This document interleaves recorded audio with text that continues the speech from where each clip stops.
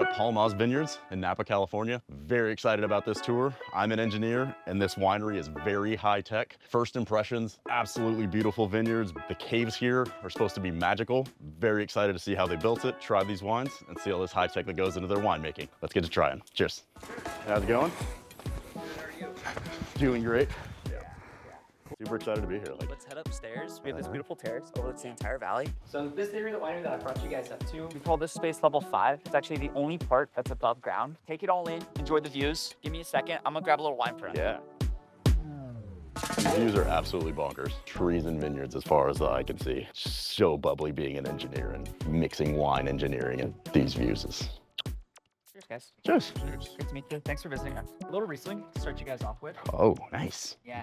Rarity for Napa. Napa's most popular. Yeah, oh, that's good. This is 22. We're gonna taste the 19 on the table. See what a couple of years does. Yeah, this is a great different white wine. Already coming out of the gate being completely unique of vast majority of people start with Sauvignon Blanc or Chardonnay or just straight to red. Riesling is just not a common grape in Napa. This is fantastic that y'all are unique and starting off with a cold Riesling. We grow the fruit on the backside of this mountain. It's up at about 1,200 feet above sea level with east and west facing hills. So it just gives us the climate necessary for this grape to be successful. Yeah.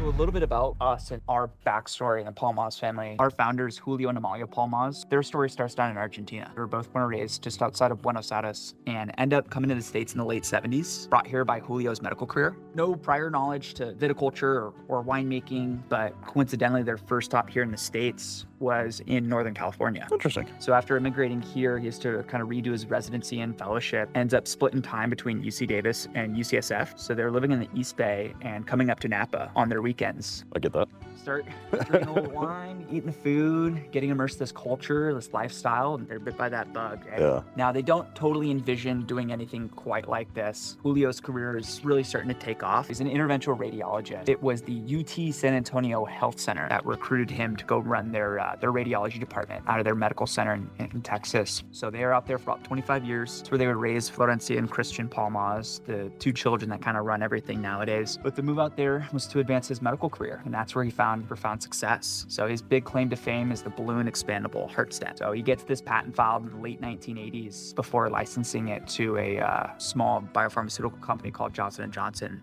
And that's what enabled them to come back to Napa in 96 when they bought this 640-acre parcel. It was quite the undertaking. So when they bought the property, the only thing that was actually here was the house. So from a winemaking perspective, they started from scratch. They had to plant all of the vineyards, they built all the cave system, they did it all. And, you know, them kind of being new to this industry, they were kind of fish out of water. They didn't really know what to do or how to do it. Now, they're very, very bright people. They're also researchers. So they start picking the brains of winemakers across the globe, see what kind of bells and whistles they would use, what kind of philosophies they would have, generally how would they approach this unique opportunity. And that's when they get turned on to the concept of gravity flow and gravity fed winemaking. Palmaz family, they don't know how to half-ass anything that's not in their DNA. So Julio does the math problem. He does the engineering, figure out how much vertical space is necessary to start as a grape and end up in a bottle of wine, and let gravity move you throughout that entire production process. That's awesome. And because that math problem that he did, the facility itself consists of 110,000 square feet of underground man-made tunnels. Yeah. And then in terms of the sheer height, we're the equivalent of a 22-story building built into the side of this mountain. Everything about that is just fantastic and amazing all in itself. It's nothing short of remarkable what they've been able to do. So we don't have 22 floors per se, but we have 5 levels that span the height, and we're gonna get to see a lot of that. Why don't we head downstairs and explore? Let's do it. See some engineering. I'm for it. Level 4 being atop the cave system, and we started production. It's the calm before the storm right now. We're a couple weeks away from starting harvest. It's been a hot summer for us. We're gonna be a little bit ahead of schedule than normal. All the fruit gets brought in through that tunnel. The half-ton bins stacked up. Bring them through by way of forklift. Take those bins, load them up right in this basket, run the fruit through here. Tell we come from a medical background, keeping everything. The OCD in me loves to see things clean, picked up exactly where they're supposed to go. We upgraded this back in 2018. Previously, we were hand sorting for all of our grapes, which is a fairly tedious task. It takes forever. Oh yeah, absolutely. In our mindset, at least, the goal is to try and make the best possible wine. We feel as though it's going to take the best possible fruit to make the best possible wine. So when we're hand sorting through thousands and thousands of grapes, we're just going to miss stuff, right? It's human nature. This machine is not. It takes a picture of every single grape as it comes through, judges it based on size, color, texture. This computer allows us to kind of set those parameters, and then anything that doesn't meet our level of standard will get rejected by these little jets of air. That's so cool. Good stuff comes out onto this table. Y'all do a lot of green harvesting and grape management in the field as well. First line of sorting happens out in the vineyard. We're blessed with an incredible vineyard team who is out there basically 365, and everything is perfectly manicured in our vines. 13, 14 years ago, Julio and Amalio's son, Christian Palmaz, really started kind of immerse himself into the operations down here. Give you a brief background on Christian. He doesn't go into medicine like his father. He kind of chooses his own path into computer science and bioengineering. He's a very bright guy. I mean, look at his parents, so yeah. The grape didn't fall far from the tree. One of the things that kind of Christian picks up on was how much time we're allocating to monitoring fermentation. So our winemaker, Tina Mitchell, and her team are going tank to tank to tank to tank, with their clipboards to check these temperatures, sugar content, alcohol. He ended up having each of those tanks customized with sensors. And then with his background in computer science, Christian was then able to develop this technology. This is insane.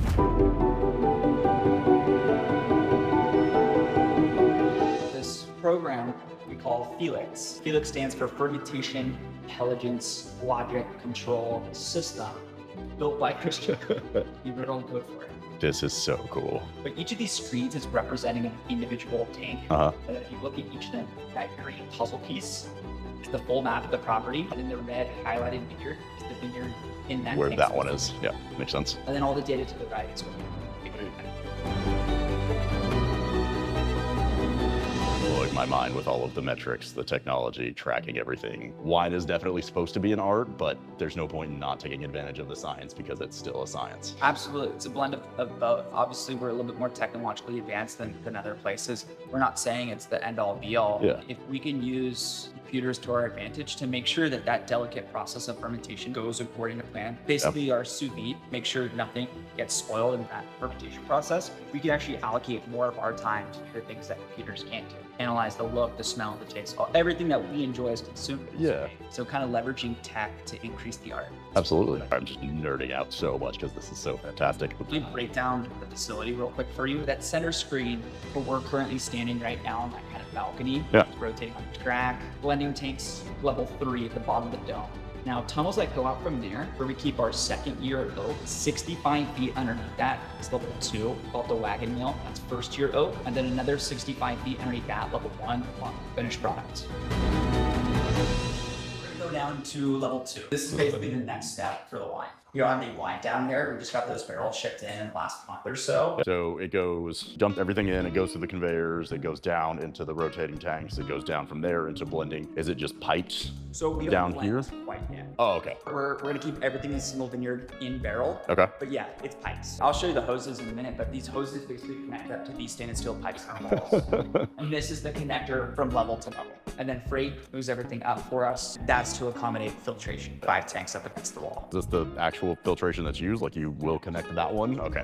Yeah. How long does that part of the process take of getting from up on 4th floor down to here? It takes about 30 days. Okay. We're lucky in the sense that the property is so expansive, and those 3 different major microclimates in the property are making sure that everything doesn't ripen all at once. So harvest is about a 30-day window. Yep. And then that means that it's going to be about 30 days then when everything's kind of ready to get into barrel. 2 weeks of fermentation, 2 weeks of maceration, and then the barrel. But the actual process of getting it like from there through that filtration down into barrels? Okay.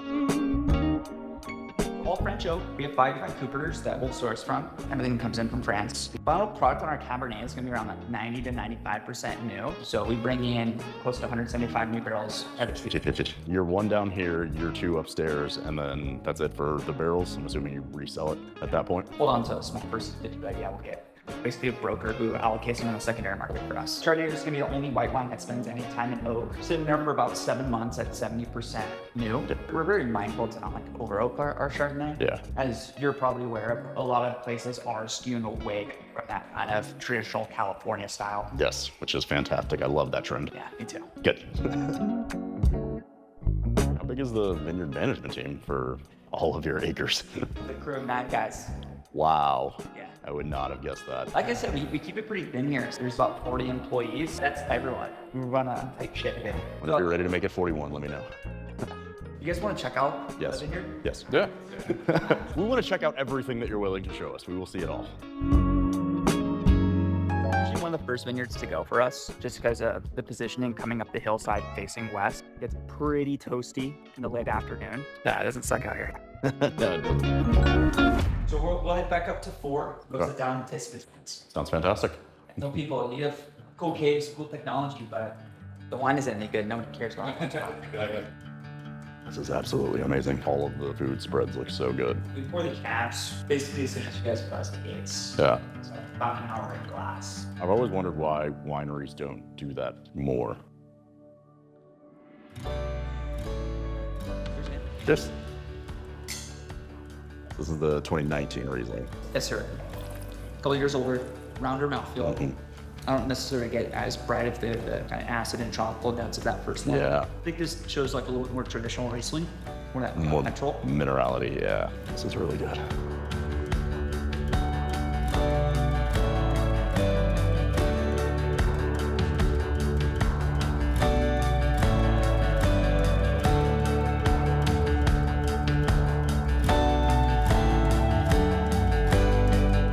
Just finished our tasting and tour here at Palmaz. Thank you, Trey, for being a great host, showing us around. The food and wine pairing was exceptional. Both elevated one of the other. This winery really hit all of my check boxes, from engineering to winemaking to great wines and great conversations. Highly recommend checking out Palmaz. Cheers.